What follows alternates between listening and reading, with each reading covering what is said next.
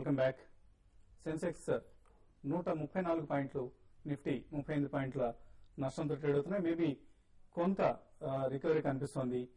Market morning చూసిన lows నుంచి కొంత రికవరీ అయినట్లు కనిపిస్తుంది. అలాగే టెలికాం మినిస్టర్ ప్రస్తుతం టెలికాం సంస్థల మధ్య, ప్రత్యేకించి వ్యక్తుల మధ్య సాగుతున్న యుద్ధంలో కొంత రాజీ శాంతి దూత పాత్ర పోషించే ప్రయత్నం చేస్తున్నారు. సో ఇన్ఫాక్ట్ రతన్ టాటా నాకు ఒక లెటర్ పంపించారండి. సో బీపీఎల్ చంద్రశేఖర్ ఎవరైతే ఉన్నారో, బీపీఎల్ మొబైల్ చంద్రశేఖర్, ఆయన రాసిన ఆయన చేసిన ఆరోపణలకు అగెనిస్ట్ గా టాటా స్వయంగా 6 పేజీల లెటర్ ఆయనకు రాయడం జరిగింది. దాని కాపీని మీడియా కూడా అందజేశారు. సో టెలికాం సంస్థల మధ్య, అలాగే టెలికాం సంస్థల ప్రమోటర్ల మధ్య ఒక రకమైన యుద్ధ వాతావరణం నెలకొంది, ప్రత్యేకించి సిడిఎంఏ జిఎస్ఎం ప్లేయర్స్ మధ్య. సో 2G స్పెక్ట్రమ్ స్కామ్ సంబంధించి రకరకాల ప్రకంపనలు మార్కెట్లో మనకు కనిపిస్తున్నాయి. అందులో భాగంగానే యుద్ధం జరుగుతోంది. సో దీన్ని ప్రస్తుతం కొంతవరకు నివారించే ప్రయత్నం చేస్తున్న టెలికాం మినిస్టర్ గా ఇటీవల బాధ్యతలు స్వీకరించిన కపిల్ సిబాల్. సో ఇండస్ట్రీలో టారిఫ్స్ ను కొంతవరకు తగ్గించే ప్రయత్నం చేయాలంటూ ఆయన differential tariff to lower rates in rural areas లో ఇంకా రేట్స్ ఇంకొంచెం కొంత తగ్గించాలన్న వాదన కూడా ఆయన చేస్తున్నారు.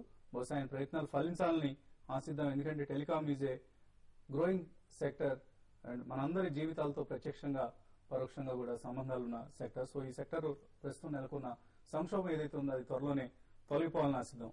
ఇప్పుడు కాలర్ లైన్ లో ఉన్నారు, హైదరాబాద్ నుంచి షర్మిల లైన్ లో ఉన్నారు. షర్మిల గారు, నా దగ్గర డాబర్ ఉందండి, 104 దగ్గర తీసుకున్నాం. అది 4000 షేర్స్ ఫ్యూచర్ లాట్. అది ఫ్యూచర్స్ లో తీసుకున్నారు. ఏ ప్రైస్ లో అండి? 104 అక్టోబర్ లో తీసుకున్నాను. ఓ, అక్టోబర్ నుంచి మీరు రోల్ ఓవర్స్ చేసుకుంటూ వస్తున్నారు. రైట్. ఓకే అండి. ఎఫ్ఎంసీజీ చూస్తే కనుక రిలేటివ్ గా కొంచెం పాజిటివ్ గానే ఉందండి. కానీ డాబర్ బట్టి చూస్తే 110 నుంచి ఒక 90-95 వరకు అక్కడే ట్రేడ్ అవుతుంది. ట్రెండ్ చూస్తే కనుక కన్సాలిడేషన్ ఉంది. అంటే మీరు బహుశా ఒక 2 months role over చేస్తున్నట్టున్నారు.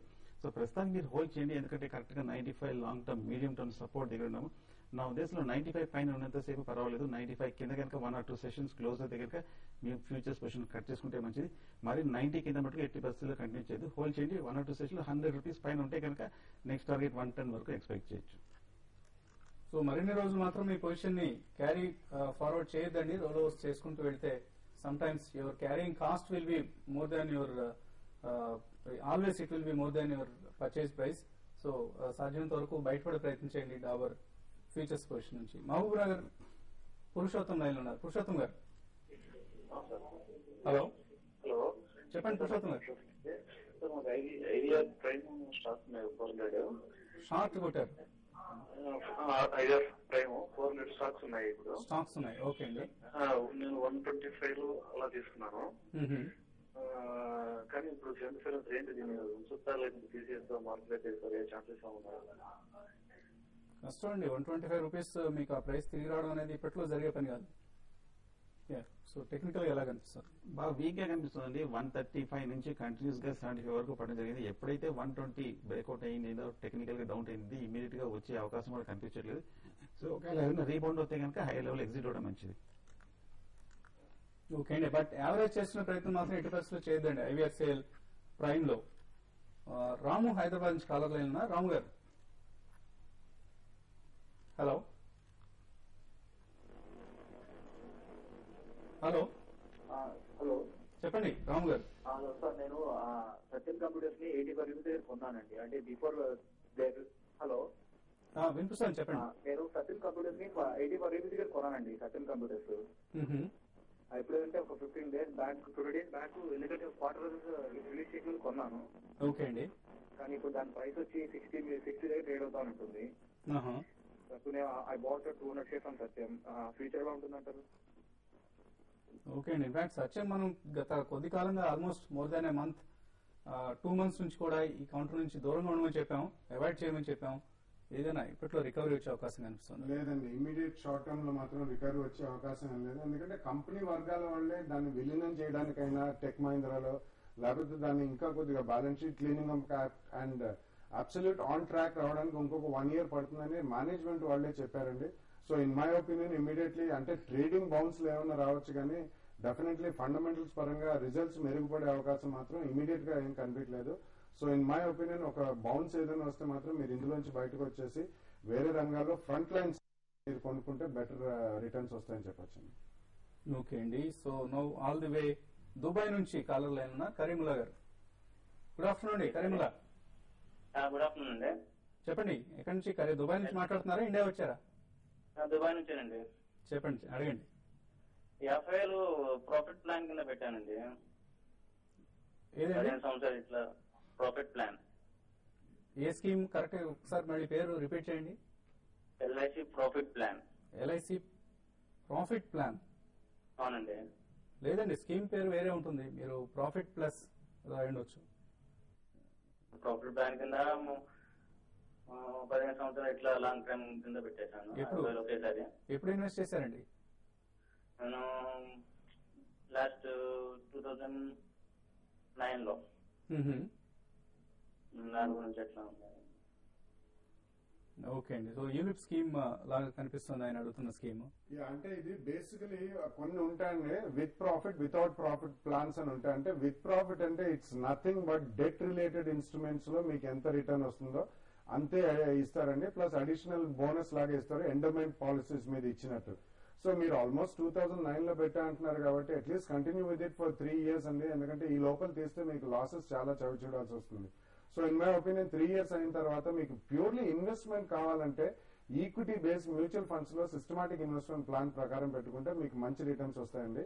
So profit plans అంటే చాలా మంది కన్ఫ్యూజ్ అవుతుంటారు. Profit plans are nothing but it's almost like fixed rate of return. అది బోనస్ రూపంలో యాడ్ చేస్తుంటారు.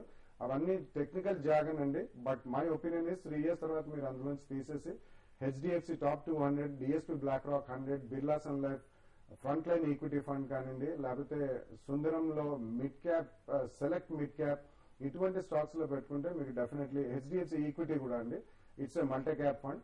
ఇటువంటి ఫండ్స్ లో లాంగ్ టర్మ్ లో సిస్టమాటిక్ ఇన్వెస్ట్మెంట్ ప్లాన్ ప్రకారం పెట్టండి. నెక్స్ట్ 2-3-5 years లో మీకు చాలా మంచి రిజల్ట్స్ వస్తాయి. యూలిప్స్ లో మాత్రం కన్ఫ్యూజ్ కావద్దు. And even profit with profit plans లో కూడా definitely it's nothing but A fixed rate of return. Okay అండి. లాస్ట్ కాలర్ అనంతపురం నుంచి రాజగోపాల్ ఉన్నారు. రాజగోపాల్ గారు నమస్తే అండి. నేను 236 లో ఏమండి? 236 లో గ్రావిటా ఇండియా అండి. కంపెనీ పేరు మాకు కరెక్ట్ గా వినపట్లేదండి. గ్రావిటా అండి. Gravita India. ఓకే అండి. యా. సో ఎలా ఉందండి? ఆయన టెలిఫోన్ లైన్ మనకు క్లియర్ గా లేకపోవడం వల్ల పూర్తిగా ఆయన ప్రశ్న తీసుకోలేకపోయాయి. నీవే గ్రావిటా ఇండెక్స్ సంబంధించి ఎటువంటి సలహా? అది రీసెంట్ లిస్టింగ్ అండి. అది it has been subject to lot of manipulation అని కూడా చెప్పొచ్చు. అది లిస్టింగ్ గేమ్స్ గురించి చాలా మంది అప్లై చేస్తుంటారు. కొద్దిగా చిన్న ఇష్యూస్ కాబట్టి ఇందులో చాలా ప్రైస్ డిస్కవరీ అవ్వడానికి చాలా టైం పడుతుంది. ఈ మధ్యలో చాలా ఇష్యూస్ మనం చూసాం. సో ఇన్ మై ఒపీనియన్ మీరు ఇందులోంచి బయటపడితేనే బెటర్ అండి. ఎందుకంటే అబ్సల్యూట్లీ మనకి బిజినెస్ మోడల్స్ కానీ క్వార్టర్లీ రిజల్ట్స్ కానీ 2-3 quarters చూస్తేనే కానీ యాక్చువల్ ప్రైస్ డిస్కవరీ అయితేనే కానీ ఎప్పుడు కూడా న్యూ లిస్టింగ్ కి జోలికి వెళ్ళకండి. మనకి ఎప్పుడైనా కానీ ఒకటే గుర్తుపెట్టుకోండి, companies like Coal India Limited which have excellent past track record అటువంటివి అయితే బాగుంటాయి. ఈవెన్ ప్రైవేట్ సెక్టర్ లో కూడా కొన్ని కాన్సెప్ట్ స్టాక్స్ వచ్చాయి like Cox and Kings, Jubilant, Wabag, VA Tech, Wabag ఇటువంటివి. బట్ గ్రావిటా ఇండియా ఇటువంటి స్టాక్స్ ఎప్పుడైతే ఫస్ట్ డే నాడు first 1 or 2-3 days heavy manipulation జరుగుతుందో అటువంటి స్టాక్స్ జోలికి వెళ్ళనే వెళ్ళదు. బట్ చాలా మంది they get sucked in to it. In my opinion you can come out of the stock on a bounce and please invest in front line stocks in this negative market. Okay అండి. So Gravita India నుంచి మీరు త్వరగా exit అయ్యే ప్రయత్నం చేయండి. Fundamental గా అంత strong company కాదు ఇది. సో ఫైనల్ గా ట్రేడర్స్ కి ఎటువంటి సలహా ఇస్తున్నారు? సో 5850 దగ్గర చిన్న రికవరీ వచ్చినట్టుగా కనిపించినా కూడా మళ్ళీ అక్కడే ట్రేడ్ అవుతుంది. అంటే అక్కడ స్ట్రాంగ్ బయింగ్ సపోర్ట్ అనేది రావట్లేదు. సో దీన్ని బట్టి చూస్తే ట్రెండ్ ఇంకా వీక్ అనేది. ఏమాత్రం 5850 కింద క్లోజ్ అయితే మటుకు నా ఉద్దేశంలో మీ లాంగ్ పొజిషన్ కంటిన్యూ చేసుకోకుండా ఉంటేనే మంచిది. సో లాంగ్ పొజిషన్ కూడా ప్రస్తుతానికి మీరు అవాయిడ్ చేయండి. షార్ట్ పొజిషన్ ఉంటే మటుకు కంటిన్యూ చేయండి. ఏమైనా క్లోజింగ్ బాగా స్ట్రాంగ్ గా రికవర్ అయితే మటుకు షార్ట్ క్లోజ్ చేయొచ్చు. సో ట్రెండ్ మటుకు టెక్నికల్ ఇంకా వీక్ గానే కనిపిస్తుంది షార్ట్ టర్మ్ లో. ఓకే అండి. సో సెన్సెక్స్ 160 పాయింట్లు, నిఫ్టీ 46 పాయింట్ల నష్టంతో ట్రేడ్ అవుతున్నాయి. మరికొద్దిసేపట్లో TV5money.com లో లైవ్ వెబ్ కాస్టింగ్ కార్యక్రమం కలుద్దాం.